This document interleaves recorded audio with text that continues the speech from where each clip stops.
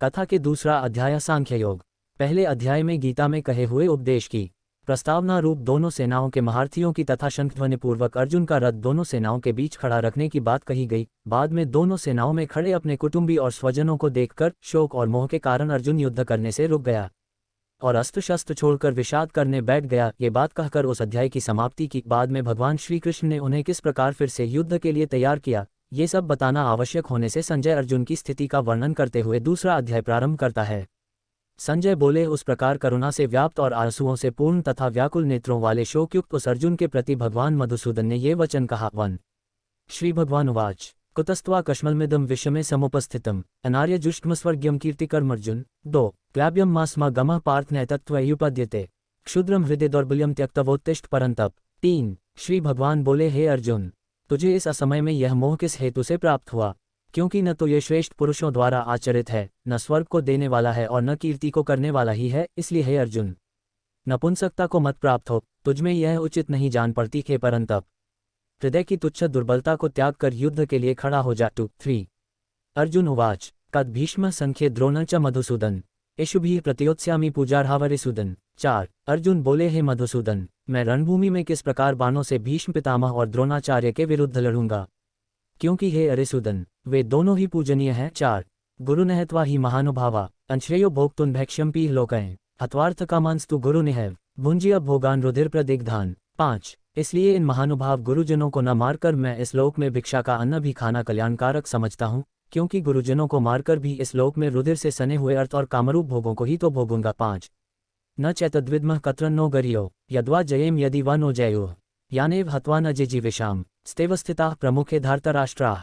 6 हम ये भी नहीं जानते कि हमारे लिए युद्ध करना और न करना इन दोनों में से कौन सा श्रेष्ठ है, अथवा ये भी नहीं जानते कि उन्हें हम जीतेंगे या हमको वे जीतेंगे, और जिनको मारकर हम जीना भी नहीं चाहते वे ही हमारे आत्मीय धृतराष्ट्र के पुत्र हमारे मुकाबले में खड़े हैं। 6 कार्पण दोषपहत स्वभावः पृच्छामि त्वां धर्म सम्मुचेताः यच्छ्रेयः स्यानिश्चित ब्रूहि तन्मे शिष्यस्ते शाधि मा त्वां प्रपन्नम। 7 इसलिए कायरतारूप दोष से उपहत हुए स्वभाव वाला तथा धर्म के विषय में मोहित चित हुआ मैं आपसे पूछता हूँ कि जो साधन निश्चित कल्याणकारक हो वह मेरे लिए कहिए, क्योंकि मैं आपका शिष्य हूँ, इसलिए आपके शरण हुए मुझको शिक्षा दीजिए। न ही प्रपश्यामि ममापनुद्या द्यच्छोकमुच्छोषणमिन्द्रियाणाम अवाप्य भूमावस्पत्नम मृधम राज्यम सुराणाम पीचाधिपत्यम। 8 क्योंकि भूमि में निष्कंटक धन धान्य संपन्न राज्य को और देवताओं के स्वामीपने को प्राप्त होकर भी मैं उस उपाय को नहीं देखता हूँ जो मेरी इंद्रियों को सुखाने वाले शोक को दूर कर सके। संजय उवाच एवमुक्त्वा हृषिकेशं गुडाकेशः परन्तप न योत्स्य इति गोविंद मुक्त्वा तूष्णी बभूव। 9 संजय बोले, हे राजन, निद्रा को जीतने वाले अर्जुन अंतर्यामी श्री कृष्ण महाराज के प्रति इस प्रकार कहकर फिर श्री गोविंद भगवान से युद्ध नहीं करूंगा ये स्पष्ट कहकर चुप हो गए। 9 तमुवाच ऋषिकेशः प्रहसनिव भारत सेनयोरुभयो मध्ये विषिदन्तमिदं वचः। 10 हे भरतवंशी धृतराष्ट्र, अंतर्यामी श्री कृष्ण महाराज ने दोनों सेनाओं के बीच में शोक करते हुए उस अर्जुन को हंसते हुए से यह वचन बोले। 10 श्री भगवान उवाच अशोचानन्वशोचस्त्व प्रज्ञादांश्च भाष्यसे गतासुनक्तासूंश्च नानुशोचन्ति पंडिताः। 11 श्री भगवान बोले, हे अर्जुन, तू न शोक करने योग्य मनुष्यों के लिए शोक करता है और पंडितों के जैसे वचनों को कहता है, परंतु जिनके प्राण चले गए हैं उनके लिए और जिनके प्राण नहीं गए हैं उनके लिए भी पंडित जन शोक नहीं करते। 11 न त्वेवाहं जातु नासम न त्वनेमे जनाधिपाः न चैव न भविष्यामः सवे वयम्तः परम। 12 न तो ऐसा ही है कि मैं किसी काल में नहीं था, तू नहीं था, अथवा ये राजा लोग नहीं थे, और न ऐसा ही है कि इससे आगे हम सब नहीं रहेंगे। 12 देहिनोस्मिन् यथा देहे कौमार यौवन जरा तथा देहांतर प्राप्तिर्धीरस्तत्र न मुह्यति। 13 जैसे जीवात्मा की इस देह में बालकापन, जवानी और वृद्धावस्था होती है, वैसे ही अन्य शरीर की प्राप्ति होती है, उस विषय में धीर पुरुष मोहित नहीं होता। मात्रा स्पर्शास्तु कौन्तेय शीतोष्ण सुख द्वैगदाः आगमापाइनो नित्यास्तान स्थितिक्षस्व भारत। 14 हे कुंती पुत्र, सर्दी गर्मी और सुख दैग देने वाले इंद्रियों और विषयों के संयोग तो उत्पत्ति विनाशशील और अनित्य हैं, इसलिए हे भारत उसको तू सहन कर। 14 यम ही न व्यथयन्त्येते पुरुषः पुरुषर्षभ समदुःख सुख धीर सौम्यतत्वाय कल्पते। 15 क्योंकि हे पुरुष श्रेष्ठ, दैक सुख को समान समझने वाले जिस धीर पुरुष को ये इंद्रियों और विषयों के संयोग व्याकुल नहीं करते वह मोक्ष के योग्य होता है। 15 नासतो विद्यते भावो नाभावो विद्यते सतः उभयोपि दृष्टोन्तस्त्वनयोस्तत्वदर्शिभिः। 16 असत वस्तु की सत्ता नहीं है और सत का अभाव नहीं है, इस प्रकार तत्वज्ञानी पुरुषों द्वारा इन दोनों का ही तत्व देखा गया है। 16 अविनाशी तु तद्विद्धि यान सर्वमिदं ततम् विनाशमव्ययस्यास्य न कश्चित् कर्तुमर्हति। 17 नाशरहित तो तू उसको जान जिससे ये संपूर्ण जगत दृश्यवर्ग व्याप्त है, इस अविनाशी का विनाश करने में भी कोई समर्थ नहीं है। 17 अंतवंत इमे देहा नित्यस्योक्ताः शरीरिणः अनाशिनो प्रमेयस्य तस्माद्युध्यस्व भारत। 18 इस नाशरहित अप्रमेय नित्य स्वरूप जीवात्मा के ये सब शरीर नाशवान कहे गए हैं, इसलिए हे भरतवंशी अर्जुन तू युद्ध कर। 18 येन वेति हंतार यश्चैन मन्यते हतम उभौ तो न विजानीतो नायम हंति न हन्यते। 19 जो उस आत्मा को मारने वाला समझता है तथा जो इसको मरा मानता है, वे दोनों ही नहीं जानते, क्योंकि यह आत्मा वास्तव में न तो किसी को मारता है और न किसी के द्वारा मारा जाता है। न जायते म्रियते वा कदाचि ननायम भूत्वा भविता वा न भूयः अजो नित्य शाश्वतोय पुराणो न हन्यते हन्यमाने शरीरे। 20 यह आत्मा किसी काल में भी न तो जन्मता है और न मरता ही है तथा न यह उत्पन्न होकर फिर होने वाला ही है, क्योंकि यह अजन्मा नित्य सनातन और पुरातन है। शरीर के मारे जाने पर भी यह नहीं मारा जाता है। वेदाविनाशन नित्यम यान्मज्मव्ययम् तत्स पुरुषः पार्थ काम घातयति हन्ति काम। 21 हे पृथापुत्र अर्जुन, जो पुरुष इस आत्मा को नाशरहित नित्य अजन्मा और अव्यय जानता है, वह पुरुष कैसे किसको मरवाता है और कैसे किसको मारता है।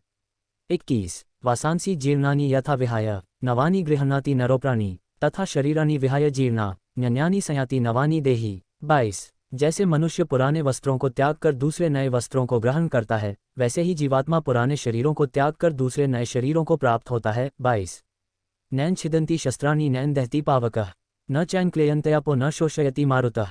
23 इस आत्मा को शस्त्र काट नहीं सकते, इसको आग जला नहीं सकती, इसको जल गला नहीं सकता और वायु सुखा नहीं सकती।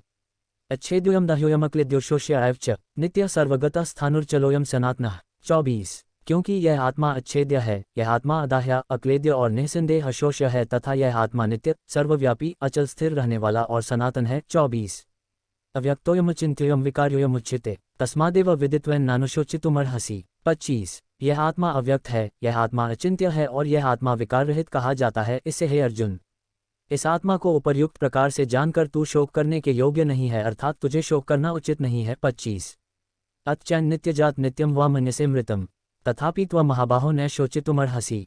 26 किंतु यदि तू इस आत्मा को सदा जन्मने वाला तथा सदा मरने वाला मानता है, तो भी हे महाबाहो तू इस प्रकार शोक करने को योग्य नहीं है। 26 जातस्य ही ध्रुवो मृत्युर्ध्रुव जन्म मृत्स्य च तस्माद् परिहार्यर्थे न त्वं शोचितुमर्हसि। 27 क्योंकि इस मान्यता के अनुसार जन्मे हुए की मृत्यु निश्चित है और मरे हुए का जन्म निश्चित है, इससे भी इस बिना उपाय वाले विषम में तू शोक करने के योग्य नहीं है। 27 अव्यक्तादीनि भूतानि व्यक्तमध्यानि भारत अव्यक्तनिधनान्येव तत्र का परिदेवना। 28 हे अर्जुन, संपूर्ण प्राणी जन्म से पहले अप्रकट थे और मरने के बाद भी अप्रकट हो जाने वाले हैं, केवल बीच में ही प्रकट है, फिर ऐसी स्थिति में क्या शोक करना है। 28 आश्चर्यवत् पश्यति कश्चिदेन माश्चर्यवद् वदति तथैव चान्यः आश्चर्यवच्च न मन्यः शृणोति श्रुत्वाप्येन वेद न चैव कश्चित्। 29 कोई एक महापुरुष ही इस आत्मा को आश्चर्य की भांति देखता है और वैसे ही दूसरा कोई महापुरुष ही इसके तत्व का आश्चर्य की भांति वर्णन करता है तथा दूसरा कोई अधिकारी पुरुष ही इसे आश्चर्य की भांति सुनता है और कोई कोई तो सुनकर भी इसको नहीं जानता। 29 देहि नित्यम वध्योयम देहे सर्वस्य भारत तस्मात् सर्वाणि भूतानि न त्वं शोचितुमर्हसि। 30 हे अर्जुन, यह आत्मा सबके शरीरों में सदा ही अवध्य है, इस कारण संपूर्ण प्राणियों के लिए तू शोक करने के योग्य नहीं है। 30 स्वधर्मंपि चावेक्ष न विकंपितुमर्हसि धम्रय्याधि युधाश्रयोन्यत क्षत्रियस्य न विद्यते। 31 तथा अपने धर्म को देखकर भी तू भय करने योग्य नहीं है, अर्थात तुझे भय नहीं करना चाहिए, क्योंकि क्षत्रिय के लिए धर्मयुक्त युद्ध से बढ़कर दूसरा कोई कल्याणकारी कर्तव्य नहीं है। 31 यद्रच्छया चोपन स्वर्गद्वारम पावृतम सुखिनः क्षत्रियाः पार्थ लभन्ते युद्धमीदृशम्। 32 हे पार्थ, अपने आप प्राप्त हुए और खुले हुए स्वर्ग के द्वार रूप इस प्रकार के युद्ध को भाग्यवान क्षत्रिय लोग ही पाते हैं। 32 अतचेत्त्वमिम धम्रयं संग्राम न करिष्यसि ततः स्वधर्म कीर्तिं च हित्वा पापं वाप्स्यसि। 33 किंतु यदि तू इस धर्मयुक्त युद्ध को नहीं करेगा तो स्वधर्म और कीर्ति को खोकर पाप को प्राप्त होगा। 33 अकीर्तिं चापि भूतानि कथिष्यन्ति ते व्ययाम संभावितस्य चाकीर्तिर्मरणादतिरिच्यते। 34 तथा सब लोग तेरी बहुत काल तक रहने वाली अपकीर्ति भी कथन करेंगे और माननीय पुरुष के लिए अपकीर्ति मरण से भी बढ़कर है। 34 भयाद्रनादुपर्तम मंस्यन्ते त्वामहार्थाः येषां च त्वा बहुम तो भूत्वा यास्यसि लाघवम्। 35 और जिनकी दृष्टि में तू पहले बहुत सम्मानित होकर अब लघुता को प्राप्त होगा, वे महारथी लोग तुझे भय के कारण युद्ध में हटा हुआ मानेंगे। 35 अवाच्यवादांश्च बहून् वदिष्यन्ति तवाहिताः निन्दन्तस्तव सामर्थ्यम ततो दुःखतरनु किम्। 36 तेरे वैरी लोग तेरे सामर्थ्य की निंदा करते हुए तुझे बहुत से न कहने योग्य वचन भी कहेंगे, उससे अधिक दैख और क्या होगा। 36 हतो व प्राप्स्यसि स्वर्ग जित्वा वा भोक्ष्यसे महीम् तस्मादुत्तिष्ठ कौन्तेय युद्धाय कृत निश्चयः। 37। या तो तू युद्ध में मारा जाकर स्वर्ग को प्राप्त होगा अथवा संग्राम में जीतकर पृथ्वी का राज्य भोगेगा, इस कारण है अर्जुन तू युद्ध के लिए निश्चय करके खड़ा हो जा। 37। सुख दुःखे समे कृत्वा लाभालाभौ जयाज्यो ततो युद्धाय युज्यस्व न पापम वाप्स्यसि। 38। जय पराजय, लाभ हानि और सुख दैख को समान समझकर उसके बाद युद्ध के लिए तैयार हो जा, इस प्रकार युद्ध करने से तू पाप को नहीं प्राप्त होगा। 38। अशते विहिता सांख्य बुद्धिर्योगित विमाश्रृणु बुद्धया युक्तो यया पार्थ कर्मबंधम प्रहास्यसि। 39। हे पार्थ, ये बुद्धि तेरे लिए ज्ञानयोग के विषय में कही गई और अब तू इसको कर्मयोग के विषय में सुन। जिस बुद्धि से युक्त हुआ तू कर्मों के बंधन को भलीभांति त्याग देगा अर्थात सर्वथा नष्ट कर डालेगा। 39। नेहाभिक्रमनाशोस्ति प्रत्यवायो न विद्यते स्वल्पम्प्यस्य धर्मस्य त्रायते महतो भयात्। 40। इस कर्मयोग में आरंभ का अर्थात बीज का नाश नहीं है और उल्टा फलरूप दोष भी नहीं है, बल्कि इस कर्मयोग रूप धर्म का थोड़ा सा भी साधन जन्म मृत्यु रूप महान भय से रक्षा कर लेता है। 40। व्यवसायात्मिका बुद्धिरेके कुरुनंदन बहुशाखा ह्यनंताश्च बुद्धयो व्यवसायिनाम। 41। हे अर्जुन, इस कर्मयोग में निश्चयात्मिका बुद्धि एक ही होती है, किंतु अस्थिर विचार वाले विवेकहीन सकौम मनुष्यों की बुद्धियां निश्चय ही बहुत भेदों वाली और अनंत होती हैं। 41। यामिमा पुष्पिता वाचा प्रवदन्त्य विपश्चितः वेद्वादर्ता पार्थ नान्यदस्तीति वादिनः। 42। कामात्मानः स्वर्गप्रा जन्मकर्मफल प्रदाम क्रियाविशेष्य बहुला भोगैश्वर्य गत प्रति। 43। भोगैश्वर्य प्रसक्ताना तयाफृच्चित्तसाम व्यवसायात्मिका बुद्धि समाधो न विधीयते।